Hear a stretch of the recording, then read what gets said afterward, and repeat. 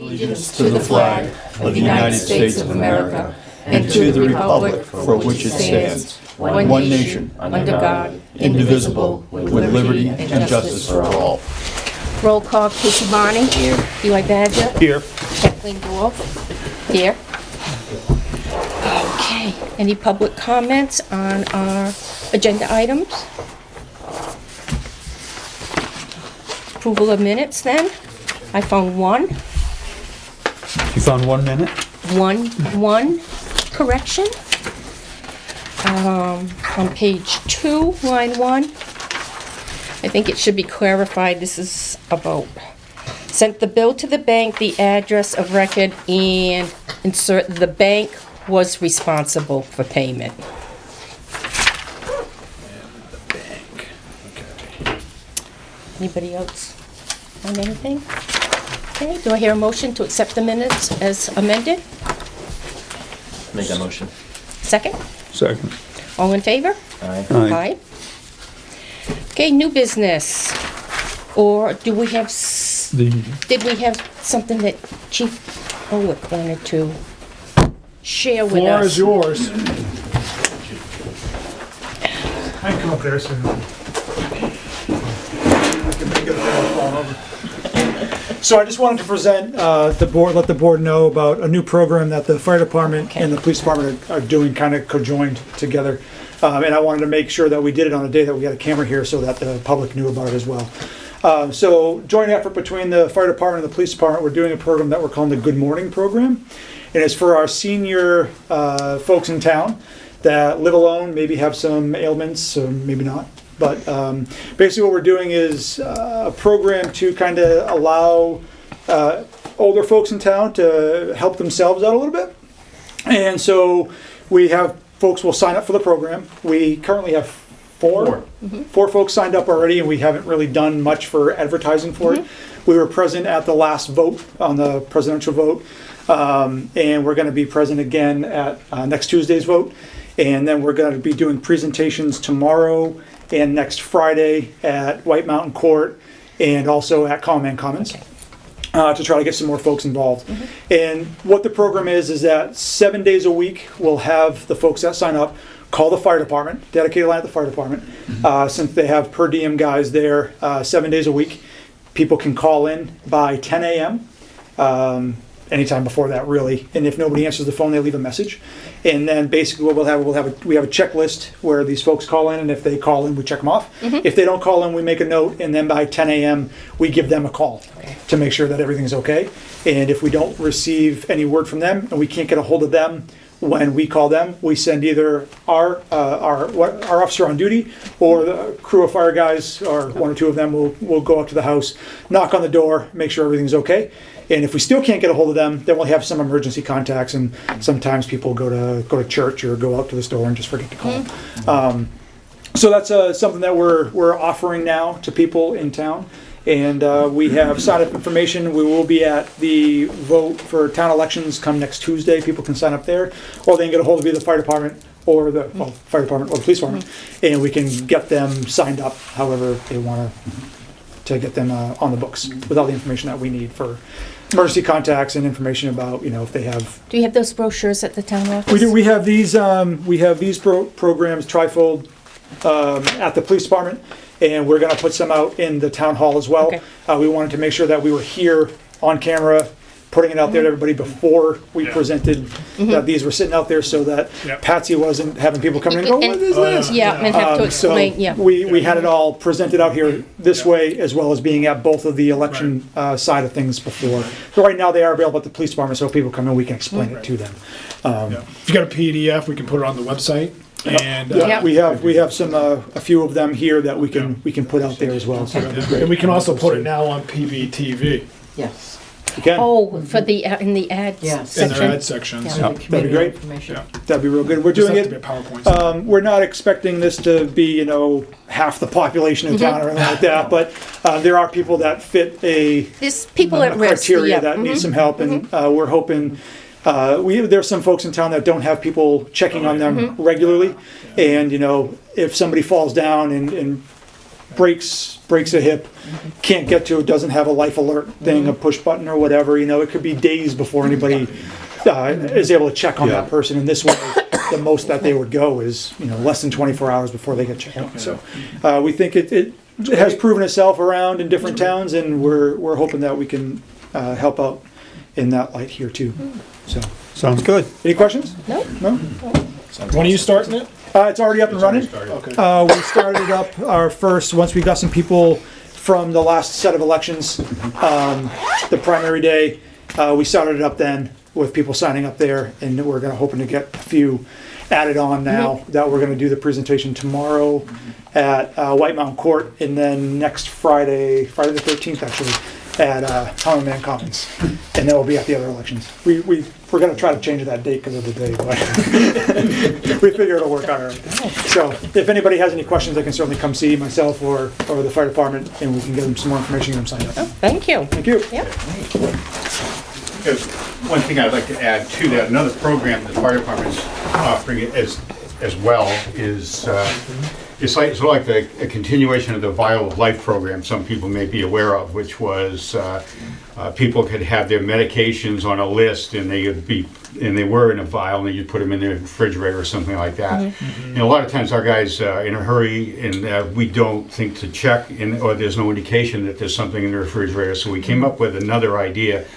And we produce these things that are magnets, actually, with a clothespin, and it's a pretty visible indicator that there's medical information that they can have beforehand. A lot of elderly or people with existing medical conditions, and they can put all their contact information, their medications and so forth. It can be updated. They can contact us and get it updated.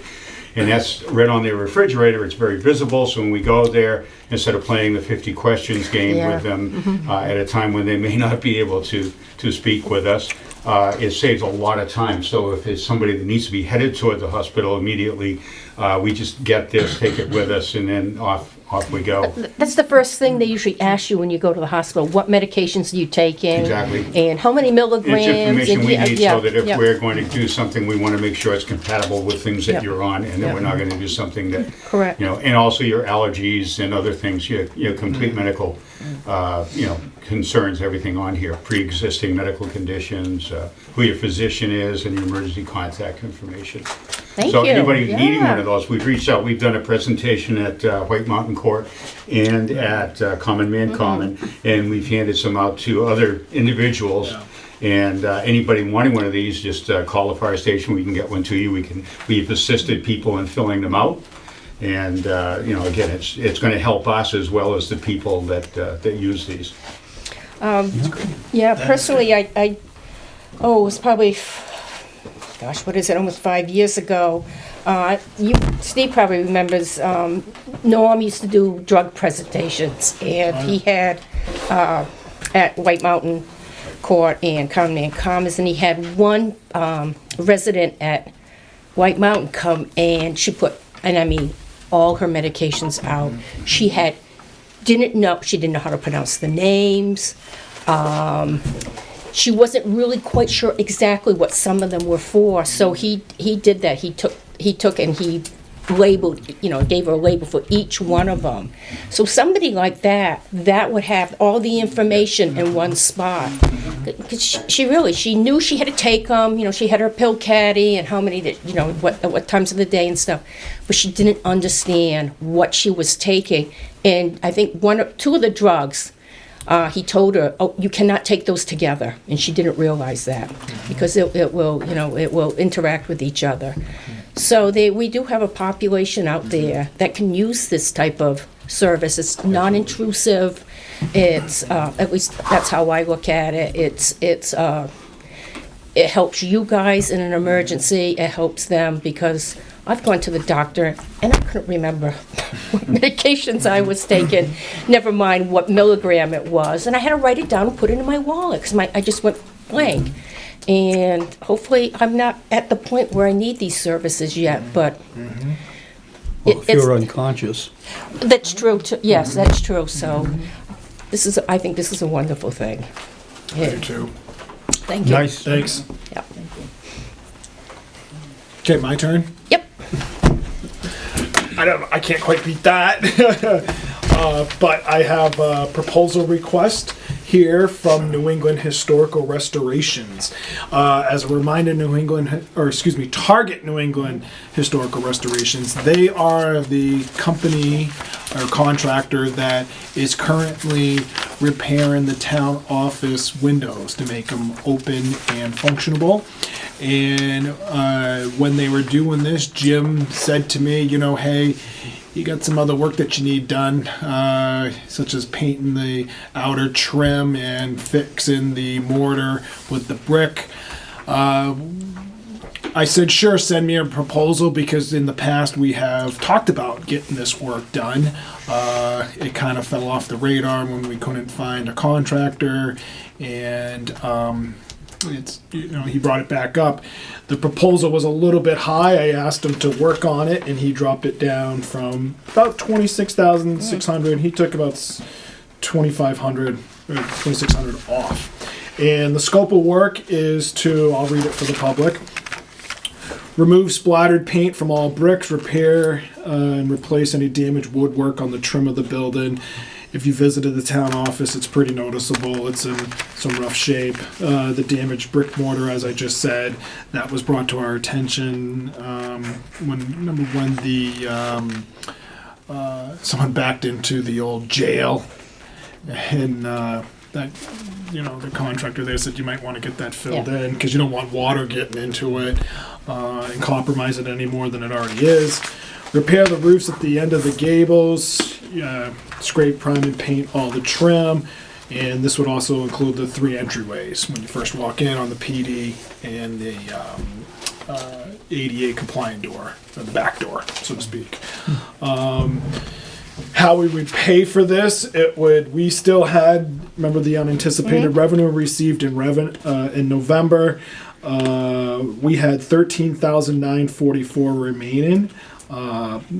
My request is to use the remaining of that into unanticipated revenue, and $10,056 from the town building maintenance CRF. Any thoughts, any questions? How much is in that CRF? Do you know? The CRF had about 50,000. Okay, so it's not like it's a huge portion of it. No. No. Eli, any thoughts? And we still got the vote next week to Right. fill it back up. Yep. I feel this is, and this is going to add to my select board item, that most of our town buildings, which are assets, have not been kept in good maintenance. Band-aid fixes here and there. We really need to be more proactive on taking care of some of these issues, because it's more than just a visual thing. It goes much deeper.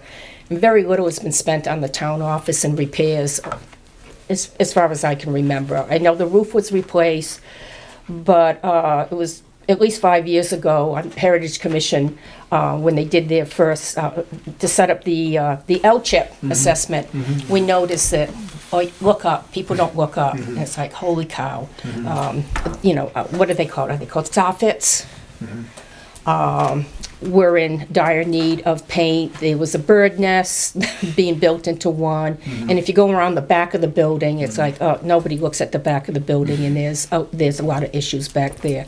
So where these guys are going to be on scaffolding, and they're going to be doing the work, it makes sense to do it at the same time. Instead of waiting, having somebody else come in and go through the process, we can get it done in a very short amount of time.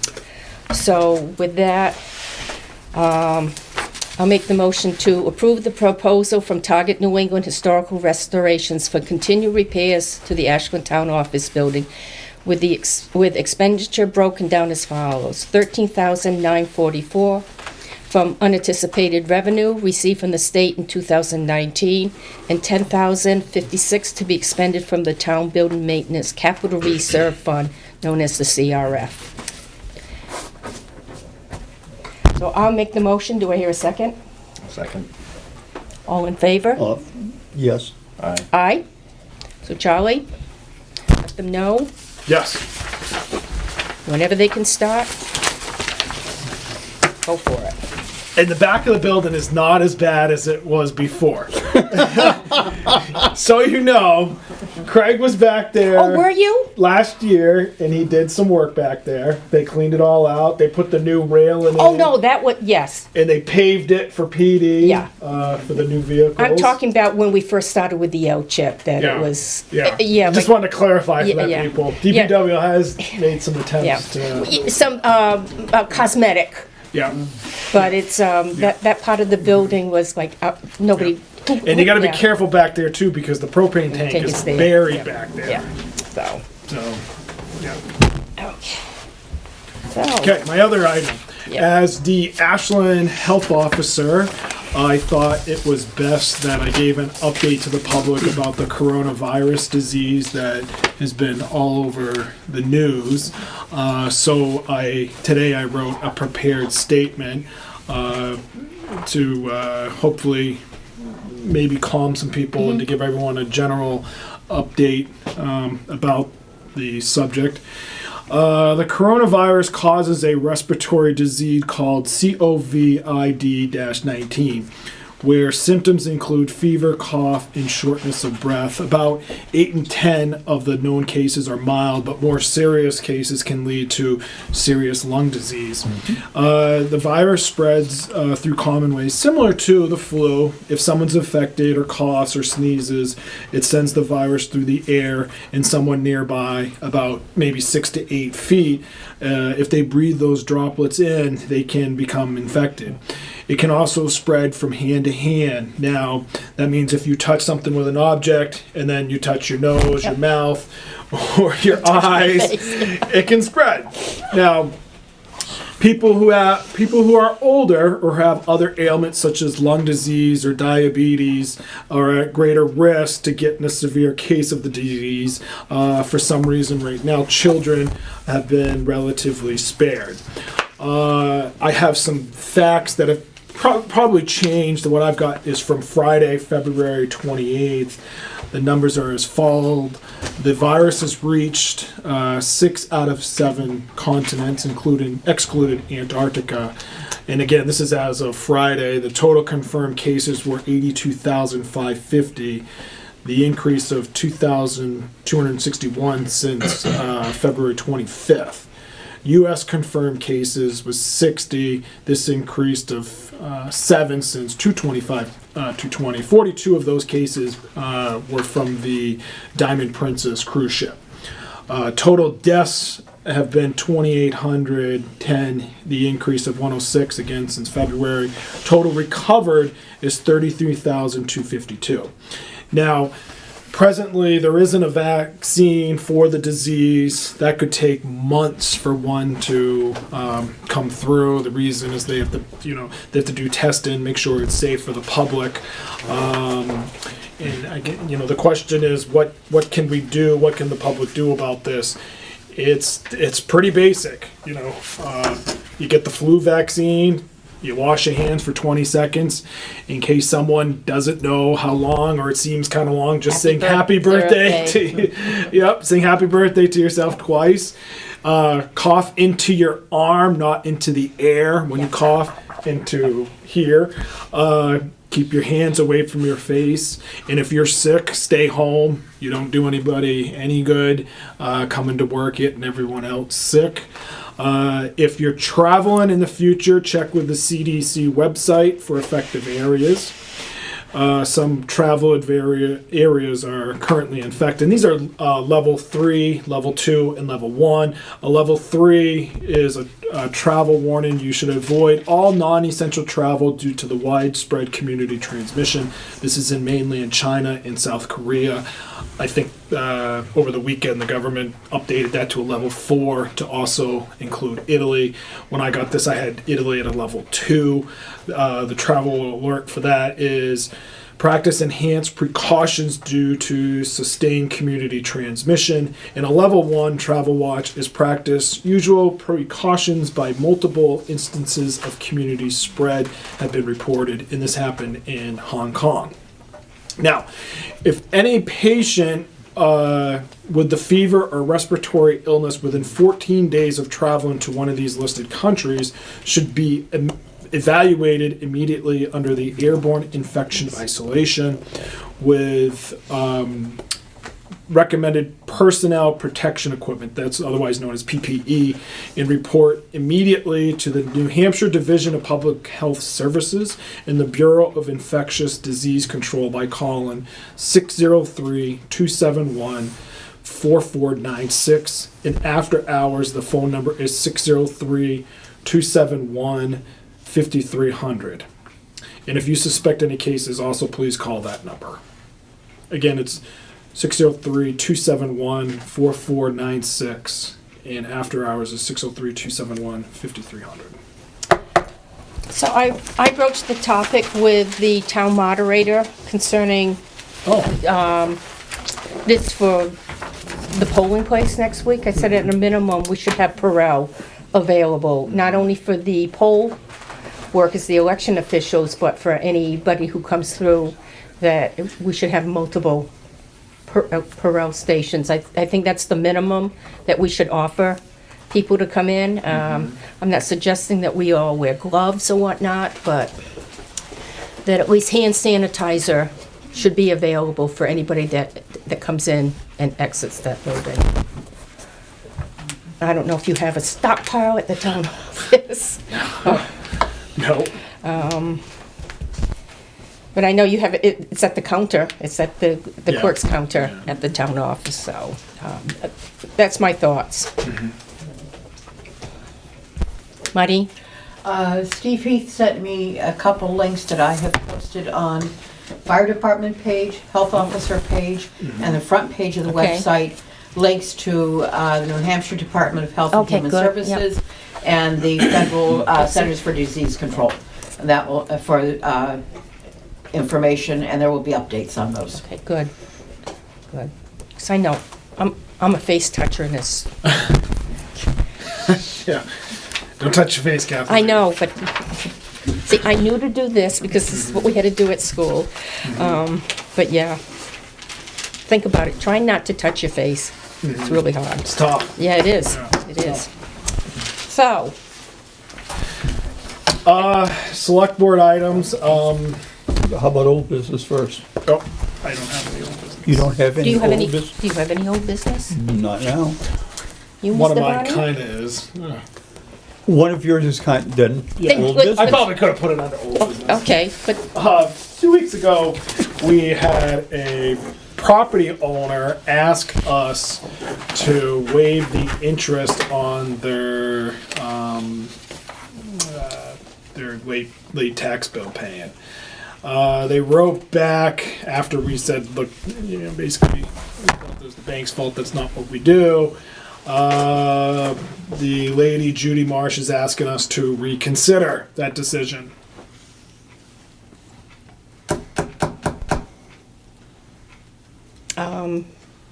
personal responsibility. This is not the town clerk's mistake. That, Yeah, she said that in the letter, it was scheduled to be delivered on 11/25/2019. The payment was made on time and in good faith, but was not received because the check from the bank was returned due to an error by the bank in the address as 29 Highland, not 20 Highland.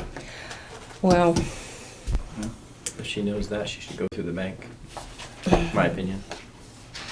or she just pay for the taxes herself, not, Like if she can document that, the bank should have to pay it. My opinion. Yeah. My opinion is the same. yeah, I don't believe we should be given waivers. This is, It's pretty unfortunate. yeah, it's unfortunate, but You don't get mail delivered anyways, do you? No. no. So, No. So it's sat at the post office in somebody else's mailbox, I'm guessing, until, no, what? wouldn't it? No. What was it? It was Well, the top of this letter says P.O. Box 517, Yes, so she Okay. knows where to send. Yeah. Yeah. the bank knew where to send it. Okay. So Moving on. Did we have to do it by consensus? We all agree that it's not the town's error? Mine is the same when we discussed Just it, the first is time. that My opinion hasn't changed. Yeah. it's not our error. Yeah. So I guess that's the I information. think it's good that she has the information that the bank messed up, Yeah. but it doesn't change my opinion. So I think we're in agreement that this is not the town's mistake to be corrected. So I have another one from the clerk. I can read this. This says, I am writing for forgiveness of a notice of tax delinquency. My wife Janice and I received notice on roughly January 24th, 2020 that our tax bill remained unpaid. I'm going to read in the property. They said they had a check receipt indicating a one-time payment, but for reasons beyond my control, the town of Ashland did not cash the check. Upon receiving notice, I promptly paid the original amount due in person. I do not have a Northway Bank record of the original check being cashed, nor do I have record of the check being returned. I am enclosing a copy of my check register to show proof of actually writing the check. So this person, Evar and Janice, are requesting forgiveness.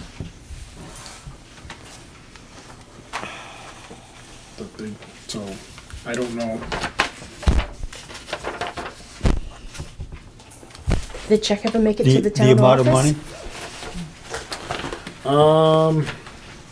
Let's see here. The amount was $58.45. 5,845.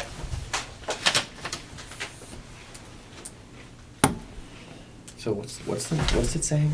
Yeah, that's like, He claims the check was never cashed. So he's claiming that we made a mistake. Yeah.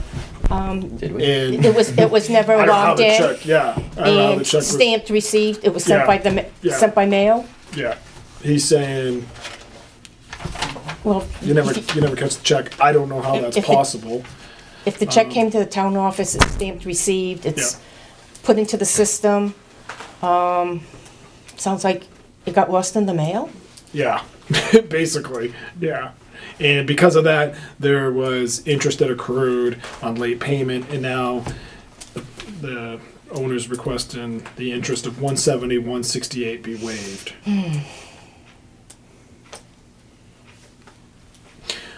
Again, personally, I don't know how that's the responsibility of the town. No. That's why These I all think, go out in bulk, yeah. and one day, and taxes are due every year. I mean, I pay in person. I check my bank statements weekly.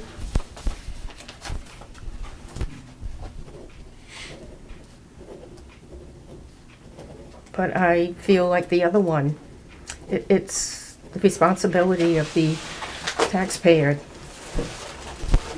to make sure their payment was received in a timely manner. If it means a phone call, checking their bank register. Go through that first.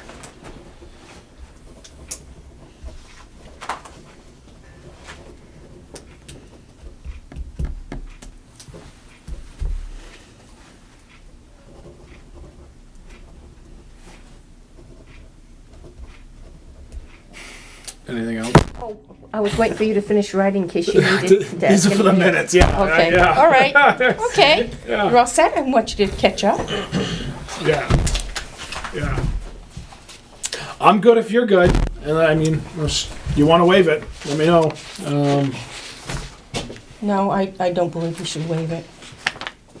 They say no? What do you think? No, I'm thinking it's bad that it happened, but I don't know. Out of how many bills that went out, only 2 seem to have been lost in the process? Or not attended to during the time period? No.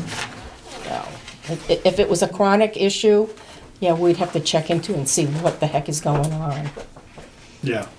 But unfortunately, these 2 people, it happened to them, and they might have to handle their payment of taxes in a different manner. To give them peace of mind.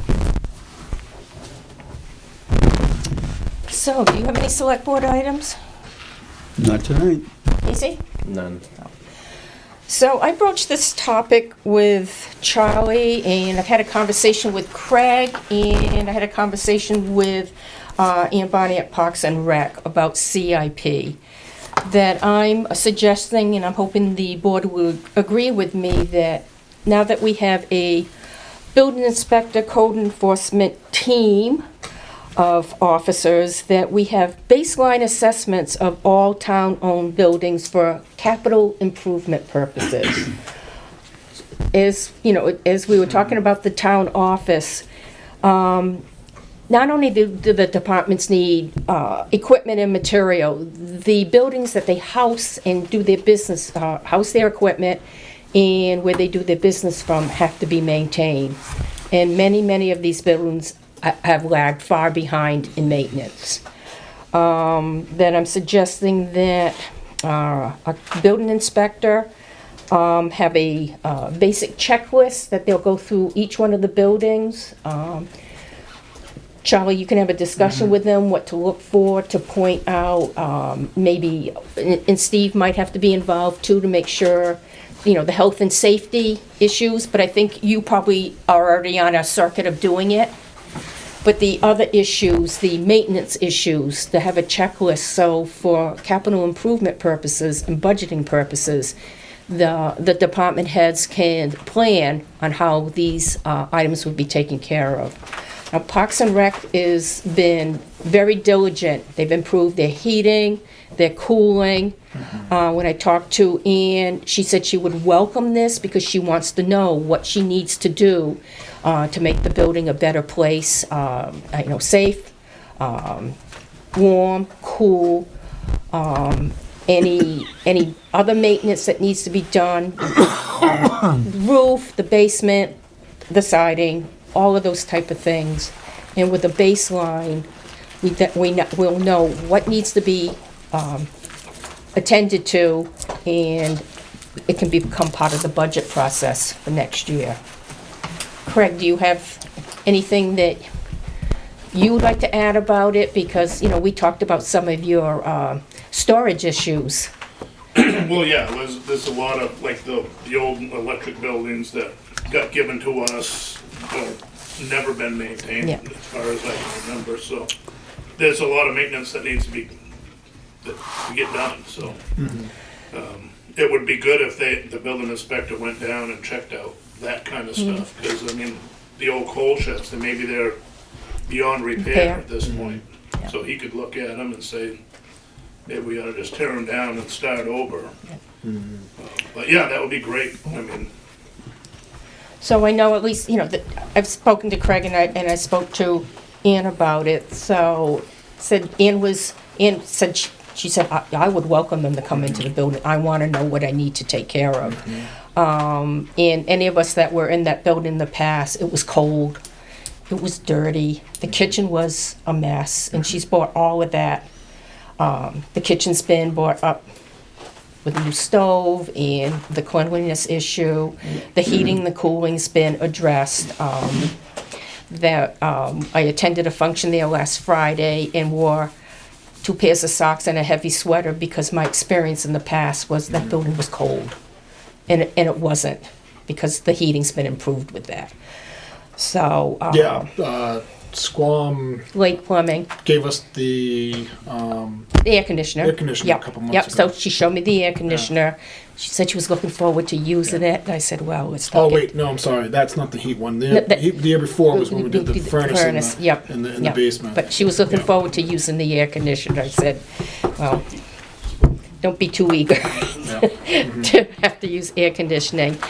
So, I'd like the rest of the board to get a consensus from that we have Charlie enter into a discussion with Gary and Celia, our building inspector team, to formulate how they can do this. Yeah, I mean, if it's possible, there's no downside to it. The more No. information you have, the I better you can agree, make things. yeah. Well, for So if asset it's possible to management, do it, absolutely. Yeah, yeah. for And- asset management, Correct. Asset management, CIP. we have, part of that is criticality. Yep, And we have to know what condition these are built, Yep. our buildings, our trucks. We have to know what condition they are in yep. to figure out which to fix first. I mean, I think our department heads are pretty good with their budgets, so if they know ahead of time what they need to Yeah. have fixed, Yeah. they Yeah. won't always have to go to the taxpayers for. Correct, yep. For extra Yep. money, they can It build won't be a into their warrant budgets over article, time, it'll be too. part of their budget. Hopefully the, you know, and once again, grounds come into this too. The building inspector can Yeah. see if there's wet areas around the building that need to have better drainage. So I look at this as a plus for everybody. And everything can't be taken care of at once, but we've gone to the tipping point, I think, on a lot of these buildings that things have gone way too long. The can's been kicked down the road for too long. And some of the repairs we've had to do have been quite pricey, so.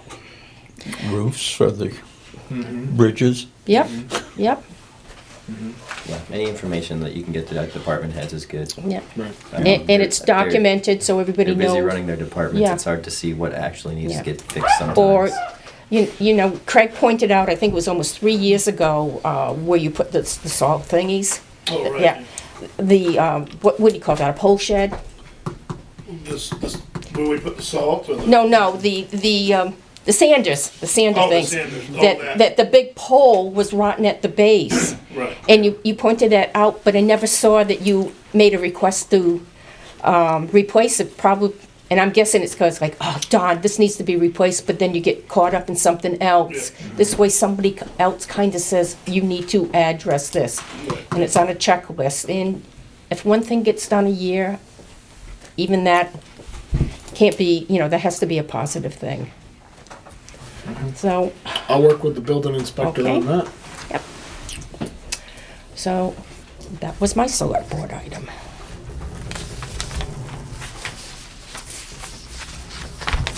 Anything else? Oh, Casey, last meeting. Last meeting.